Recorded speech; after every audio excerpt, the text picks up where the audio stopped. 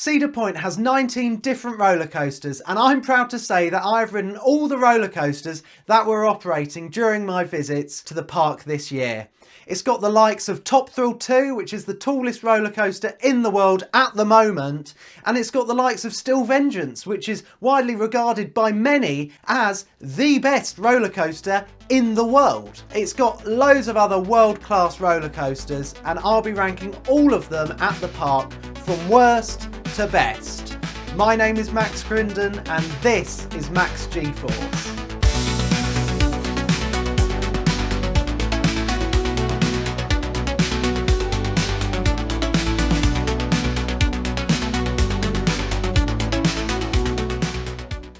Something to keep in mind before I kick off this list is this is all my own opinion. The thing with roller coasters is someone's number one roller coaster could be someone else's one and done. The opinions of roller coasters really vary from person to person as we all enjoy different things. So for me, when it comes to ranking roller coasters, I like to compare each and visualise both right next to each other and just think, right, I can only ride one of these, so which one would I rather ride? It's as simple as that. Which one do I enjoy more? Which one do I have more fun on? So, with that being said, let's start it off with number 19 on the list, Corkscrew. Corkscrew has to be the worst roller coaster in Cedar Point. Corkscrew looks absolutely brilliant over the main pathway at the park, but that is all it's good for. That thing, it opened in 1976. It's an Arrow corkscrew coaster, and I'm sure when it opened it was perfectly smooth, but all these years later it's really aged. You've got the over-the-shoulder restraints on this and it's pretty violent with the jankiness. So yeah, that is why Corkscrew is in the worst position. It is just the most rough coaster at the park and it doesn't really do anything for me. It's not really got any forces. With all that being said, we cannot deny Corkscrew's historical significance. When it opened, it was the world's first roller coaster to go upside down 3 times. So I think it's fantastic that Cedar Point has managed to keep this coaster going for just so long. It is just a bit of a shame that it just doesn't ride as good as it looks. So, with the worst roller coaster at the park out of the way, moving on to position 18 is Cedar Creek Mine Ride. This is another pretty old ride at the park and you can tell it's really rough, it's janky, it's throwing you about. The good thing with this one is it's only got a lap bar, so you're not bashing your head against anything. There's no forces on it whatsoever, so there's no reason to ride it as a coaster enthusiast. It's just not that much fun. So yeah, that's why it's in the number 18 position. So moving on to number 17, it has to be Wilderness Run. So this thing, it's a kiddie coaster and it was actually the world's first Intamin roller coaster, which is just awesome because Intamin is one of the best roller coaster manufacturers in the world. The thing with Wilderness Run is you have to ride it with a child. That's their policy in the park. So when I went earlier this year, I did actually manage to get that credit. I managed to convince a kid to ride with me. When it comes to Wilderness Run, obviously it's a kiddie coaster, so there's not much to say here. It was really cool getting that credit because I know it's quite a rare one. And for example, on the Coaster Mania event, which I did attend this year, they do sometimes run Wilderness Run for the event and allow the adults to ride the coaster who haven't previously got that credit. So yeah, Wilderness Run is a good kiddie coaster. So moving on to number 16 now, we're staying in Camp Snoopy. It's Woodstock Express. This is a very standard layout family coaster. Nothing to shout about really. You get some good speed on it and it shows that Cedar Point isn't just a park for the major thrill seekers. There's plenty for kids to do, as well as the many flat rides they've got at the park, which I'm not covering in this video. Okay, so next on the list in number 15 is Blue Streak. So this is a really old PTC wooden roller coaster. It opened all the way back in 1964 and it was the main roller coaster at the park at the time. But nowadays there's not really that much airtime on it. So it's a good introduction to wooden roller coasters for the younger ones, I'd say, because it's not that tall whatsoever. It's only got a drop of 72 feet. Not really got much airtime, not really got much forces, but it's a good coaster for getting into wooden coasters if you're just getting into them. So yeah, Blue Streak is in the number 15 position for that reason. Okay, so moving on to number 14, it's Rougarou. So Rougarou, it originally opened as Mantis as a stand-up roller coaster, and they then decided to convert it into a sit-down floorless train. It's a B&M floorless coaster now. It's got those over-the-shoulder restraints, the classic B&M restraints, and the trouble with it is it's really quite rough. You know, you've got 4 inversions on this thing and it takes them with some speed, so it is quite forceful, but it's not comfortable. You know, they've put these floorless trains on it because the original stand-up B&M trains were really quite uncomfortable, apparently. So they've brought in the floorless trains, but it is just really quite rough, so it's still an uncomfortable ride. So for me, I only rode it once on my trip to Cedar Point. When you've got all the other world-class roller coasters there, I don't see that much point in riding Rougarou. So that's why it's on the number 14 position on this list. Okay, so moving on to the next roller coaster on this list, it has to be Gemini. So Gemini I actually really quite enjoyed, and it's actually taking up the positions of 13th and 12th on this list because it is a dueling roller coaster. So you've got 2 tracks right next to each other. They're separate tracks, which gives it the second credit. It is a brilliant family coaster. The dueling aspect is so much fun. The 2 trains are travelling next to each other throughout the course of the layout, and I actually made a friend in the queue line while I was queuing up to ride Gemini, and I said to him, right, let's try and physically high-five each other throughout the ride. See how many high fives we can get in. And we did it. We could literally high five each other. That's a really unique element to Gemini, and there can't be many roller coasters out there left which you can do that on, because the thing with dueling coasters like Stardust Racers and the old Dueling Dragons is they'd obviously be going way too fast and pulling too many forces to be able to touch anyone in the other train. You know, that would be quite dangerous. The speeds that Gemini takes throughout the layout means that you can safely high-five each other, which is good fun. Although I'm not sure I can legally say that because it's probably the park policy to hold on at all times. So there you go. There's not really any real airtime moments on it. It's quite tame from my experience. Not much force to it. So that's why it's at this position on the list. It is a good family coaster. It's also a hybrid roller coaster, so the track is steel, but the supports are wooden, which is quite unique. It's got the typical arrow transitions, which are quite janky, but it's not rough. It's definitely not rough. Yeah, it's a good family coaster, and it's a really good stepping stone to getting into bigger roller coasters if you are afraid of them. So next up, in the number 11 spot, it is Wild Mouse. Now, when I saw the different roller coasters that Cedar Point has, I was not expecting Wild Mouse to be this high up in my rankings. I looked at it and I thought it was just going to be a normal Wild Mouse, small sort of kiddie coaster, not much force to it. But oh my gosh, what a pleasant surprise. Throughout the ride, I got a right spin on it. There was also a nice bit of force on there as well. Some nice positive G's. So this definitely isn't a kiddie coaster. Not at all. Yeah, it's good fun. You get a real good spin on it. And when I pulled into those brakes, my eyes were just rolling. It was crazy. So yeah, that's why Wild Mouse has managed to make it so high up this list. And in the number 10 position, it is Iron Dragon. So Iron Dragon, it is a classic arrow suspended coaster. We've got one of these in the UK in Chesington World of Adventures, but it hasn't got those original trains. So this was my first time experiencing an arrow suspended coaster with the traditional really swingy trains. You know, you get a load of swing on Iron Dragon. It's got 2 lift hills, so it's a nice long ride. And yeah, it's not got that much force on it, but it is just a good, fun ride. And yeah, it's quite a unique one as well.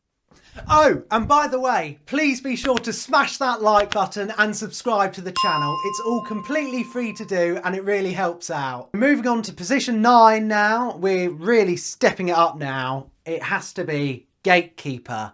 Gatekeeper, it is a really good B&M wing coaster, and the fact it is in this position on the list, number 9, just shows you how many other really good roller coasters Cedar Point has.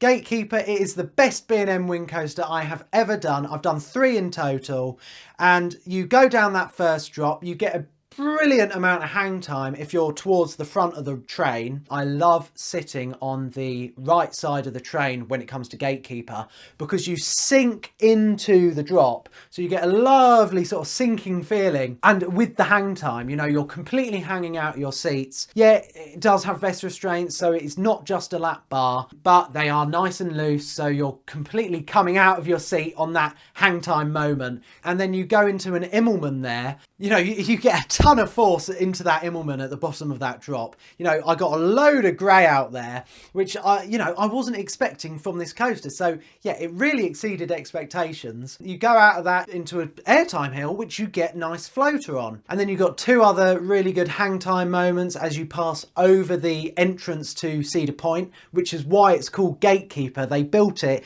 so it could be a magnificent entrance to the park. It's such a good first impression to the park. It looks stunning. It's a really good roller coaster to look at and to ride as well. It's a nice long layout, and yeah, it's just full of force, full of hang time, and I really do enjoy it. Best B&M wing coaster I've ever done. Okay, so moving on to the number 8 position now. This might be a bit controversial, but ultimately we've got to the stage now where all these coasters are really, really good. So don't be disheartened if you love this coaster and you're upset at the position I've put it in. In number 8, it is Magnum XL 200.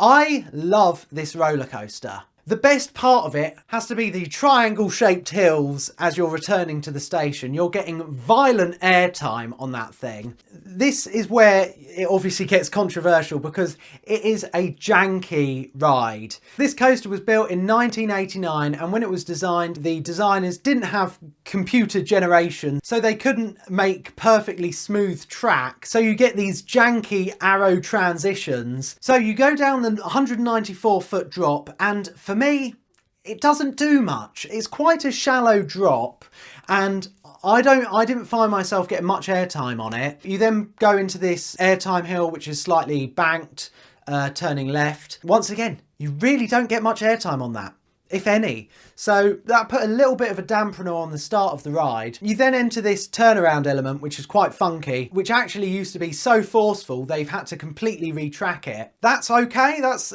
once again a bit janky. It completely throws you to your left as you're entering the turnaround section there. But then after that, you get into the really fun part of Magnum XL 200. So you enter a tunnel, and this is where the violent airtime begins, and it is a hell of a lot of fun. You've only got a thin little lap bar keeping you in and a seatbelt, and you are violently just ejected out of your seat on all those hills. It is a laugh, but I can see why a hell of a lot of people don't enjoy this ride, because it's extreme. It's an extreme experience, and that's why I love it. I found when I'd heard about Magnum XL 200 in preparation of going to Cedar Point, I was expecting a really violent coaster. So I came into this with really quite high expectations of the amount of pain that I was going to experience. But when I rode it for the first time, I made sure to sit in the middle row of a car, which, because there's 3 rows on this, the middle rows are non-wheel seats, so they are the least rough with these types of coasters. Same with most wooden roller coasters as well. If you want to get a less rough experience, sit in the middle row of a car. You know, when I was coming into riding Magnum XL 200 for the first time, I'd heard at how rough it was, so I didn't take the risk and I sat in the middle row of a car. And yet I was pleasantly surprised. It wasn't as violent as I was expecting. But later in my Coaster Mania vlog, I ride it on the magic seat, which is row 3 of the first car. So literally row 3. That apparently gives you the most ejector airtime, and it is the most extreme rough row on the roller coaster. And in my second Coaster Mania vlog, the part 2 vlog, I do ride it at night. So be sure to check out that video if you haven't already to get my full reaction to the Magic Row. Yeah, it was good fun. So yeah, I didn't find it too unbearable. I can see why loads of people do find it unbearable because it is very janky, but it is an extreme ride and I can really appreciate it for what it is. It's good fun, but yeah, it's on this list for a reason. So in number 7, it is Raptor. So this is a really good B&M invert. I absolutely love this thing. First off, can I just say, I think this has the best colour scheme on a roller coaster. The green, the 2 shades of green and the pink train, it just looks fantastic. It really pops with a bright blue sky in the background. Absolutely stunning roller coaster, and it's a long experience too. You go down that first drop, and I have to say the best seat to ride this on has to be the back row on the far right seat. You are literally getting airtime down that first drop, proper airtime, and I've not experienced airtime on a B&M invert before. I've ridden Montu at Busch Gardens Tampa, Nemesis Reborn at Alton Towers and a Nemesis Inferno at Thorpe Park. None of them I really noticed airtime on them, but Raptor I did. So you got airtime going down that first drop, which is a mad sensation on a B&M invert. That drop is fantastic. And then you go into an intense loop, which is good fun. Then a 0G roll and then a Cobra roll. Yeah, you've got loads of inversions on this thing and they're all really forceful. Entering, I think, the final helix as well, also weirdly delivers a bit of airtime. So yeah, this thing has got a bit of airtime in it, which is really good fun. And that final downward helix reminds me the most of Nemesis Reborn. You get a ton of forces that you really feel in the bottom of your feet. You just feel the force just wanting to pull your legs off, which I absolutely love.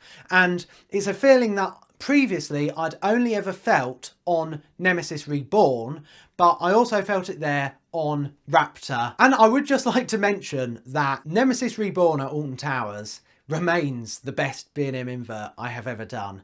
I really thought Montu at Busch Gardens Tampa was going to overtake it, but it didn't. It didn't deliver that force that you really feel in your feet, and Raptor was close, but it still didn't deliver the amount of force that Nemesis Reborn delivers at Alton Towers, which really surprised me. So the search continues for me to find a better B&M invert than Nemesis Reborn. But anyway, Raptor is a really good coaster. Yeah, it's full of force and full of airtime, which I really wasn't expecting.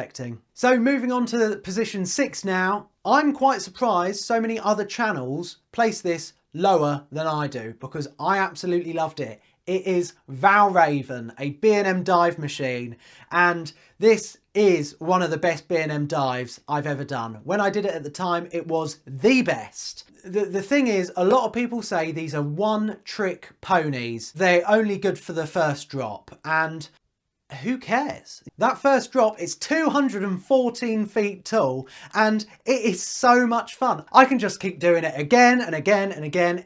The airtime you get is ridiculous on that first drop. And the great thing is, yeah, you do have the over-the-shoulder vest restraints on this, but like with Gatekeeper, they don't lock up, so you really do feel yourself coming out of your seat. The downside to these B&M vest restraints, which they've also got on Gatekeeper, is they are hydraulic, which means they come straight down to your lap and they lock in place, which means you don't get a gap, or you don't get much of a gap whatsoever. Whereas on other B&M dive machines and other B&M coasters, you've got the traditional over-the-shoulder bulky restraint, the likes of which you can find in Rougarou or Raptor in Cedar Point, but also on Shikra in Busch Gardens Tampa, another B&M dive machine, but also Oblivion back home at Alton Towers. And the amazing thing about the traditional B&M restraints is you can manage to get a big gap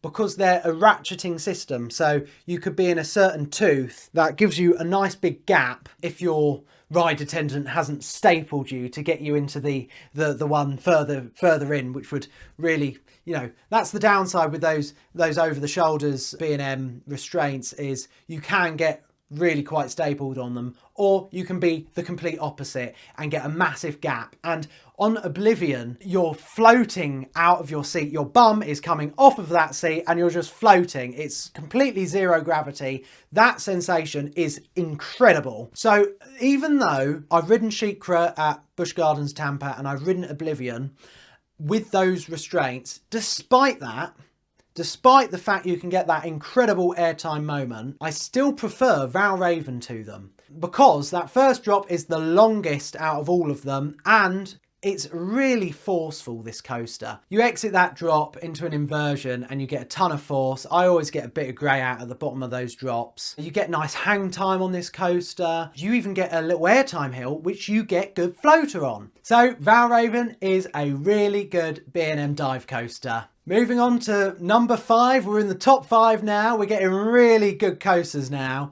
I've chosen to put Siren's Curse in the number 5 spot. Now, I must admit, the only roller coaster that is currently operating at Cedar Point that I haven't ridden is Siren's Curse. I didn't manage to get on it in my visit in June this year. They were trying to get it open for the Coaster Mania event, which is actually why this logo is the same style as Siren's Curse. So I was really hoping for it to be open, but unfortunately it wasn't. So I will be ranking this based off of my views on how I think the layout will be like to experience. You know, I've watched the POV of the ride several times. I've seen it testing in real life. I've seen the speed of it. I've seen the speed of it with a full train of people. I've also ridden other Vekoma roller coasters with the same restraints as Siren's Curse. So I've put it in the number 5 spot because I think this layout looks incredible. The pacing on it is relentless.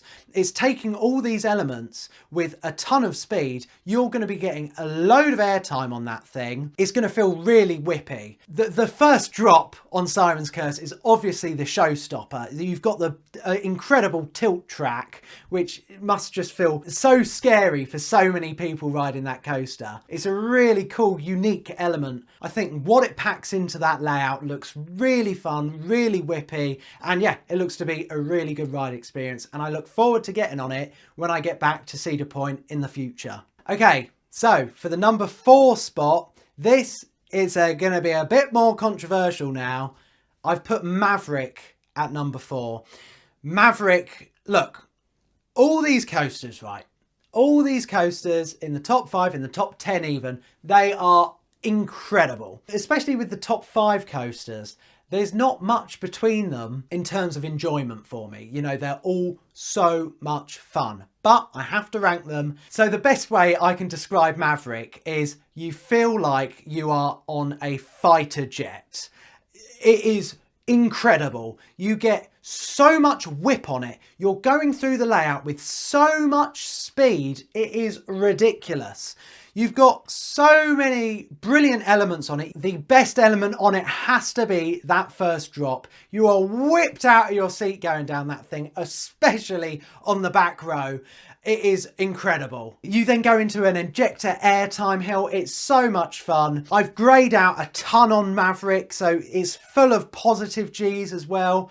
It is a really extreme roller coaster. It's such an extreme experience. One of the most extreme experiences in the park, only rivaled by another coaster further up this list. You enter the second launch, you get so much speed on that launch. It's got a brilliant rate of acceleration, and then you bank sharply to the left out of it. A really forceful moment that gives me a ton of grey out there. You go into some trim breaks after that, which ruins the pacing a little bit, but I wouldn't say it takes away from it that much because you're going through them so fast and it's such an extreme ride anyway. The interesting thing with Maverick is when you came out of those trim breaks, you were actually meant to go into a inversion, but it was so intense that it pulled like 6 Gs. They had to remove it, sadly. So you go into like a sharp bend there, which gives you another brilliant moment where you're ejected just out of your seat. So Maverick's got an absolutely brilliant layout.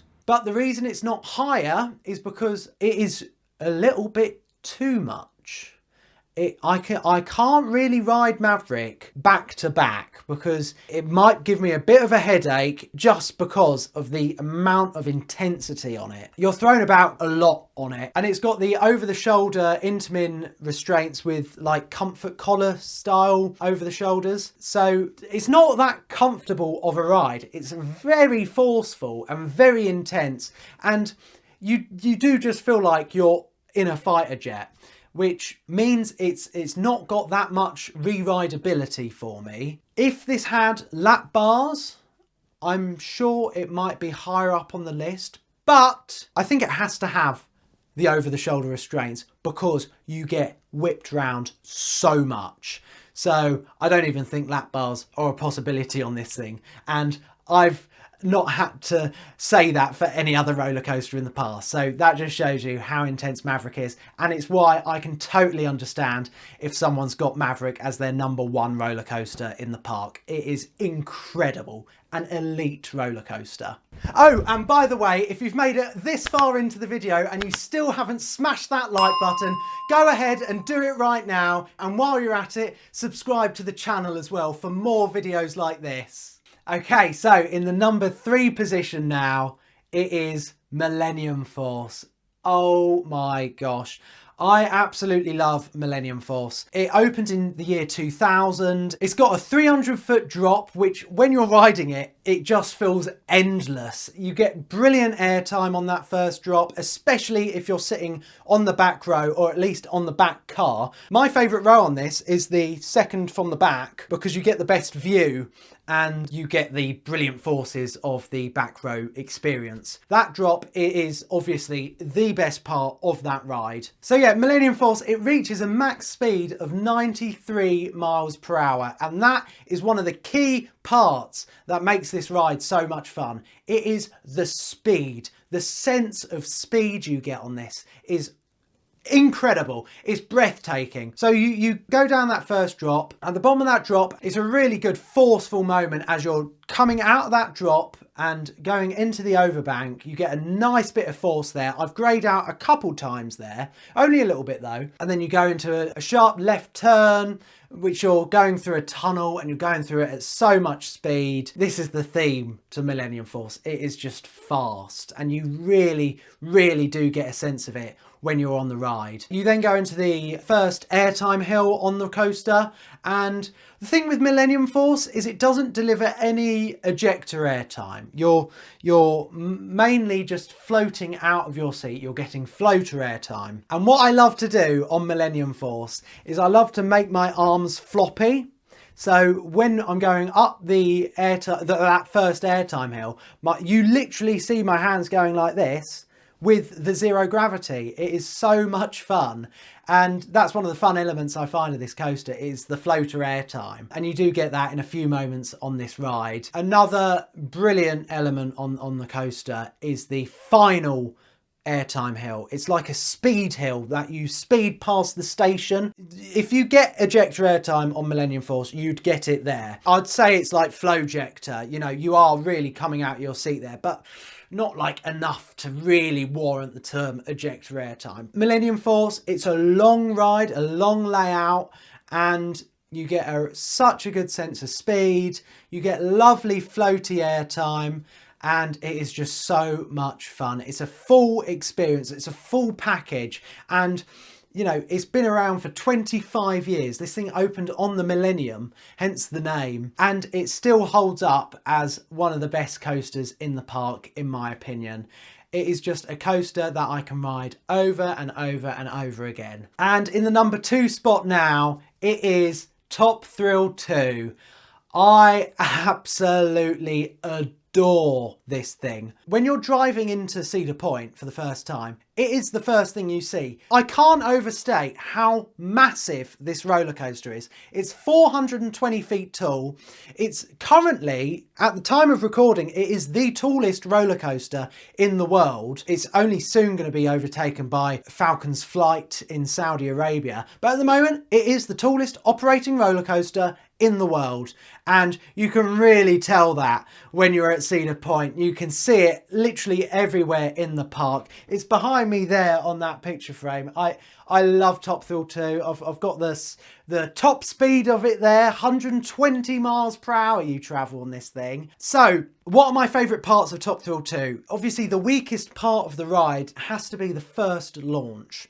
But even the weakest part is really good fun. I'd say that first launch, it takes you to about the same height as Stealth at Thorpe Park, just with the first launch alone. Yeah, that launch is 74 miles per hour. You're going up this tower and you're looking up, just admiring what you're about to have to go up in a few moments. So it's quite a good way to start the ride, really. You then fall backwards into a backwards launch, which launches you 101 miles per hour. That backwards launch, it goes on forever and you really feel the sense of speed. You just hear the wind around you. Then you pull up into the backwards spike, and the force you get going into that backward spike is immense. You're getting pushed into your seat. You're going up this backward spike and you're looking around the park, just going further and further away from you as you're going higher and higher up. It is breathtaking. And when you're at the top, you get a nice bit of airtime, which is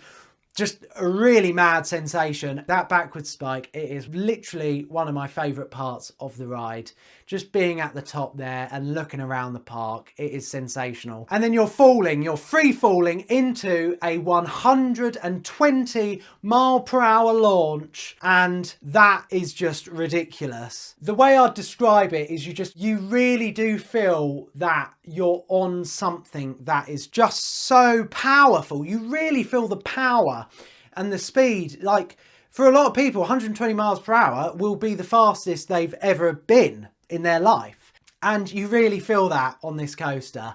And when you're entering that top hat, pulling up into it at that speed, you're getting, once again, a ton of force that you really do feel. And then you've got the top hat. You're at the top of the 420 feet tall tower. And that is the best part of the ride for me. You get a bit of airtime on it. You got to really appreciate the views, and you just really got the sense of scale up there. And one of my rides I had on it was in the clouds. I was up there in the clouds. It was a religious experience. I remember describing it in that vlog. So yeah, be sure to check out that vlog if you haven't already. I had such an incredible ride on it that day. Being up there in the clouds, not being able to see anything other than the track, because you're in the clouds, is ridiculous. And then you drop out of that top hat into a spiral.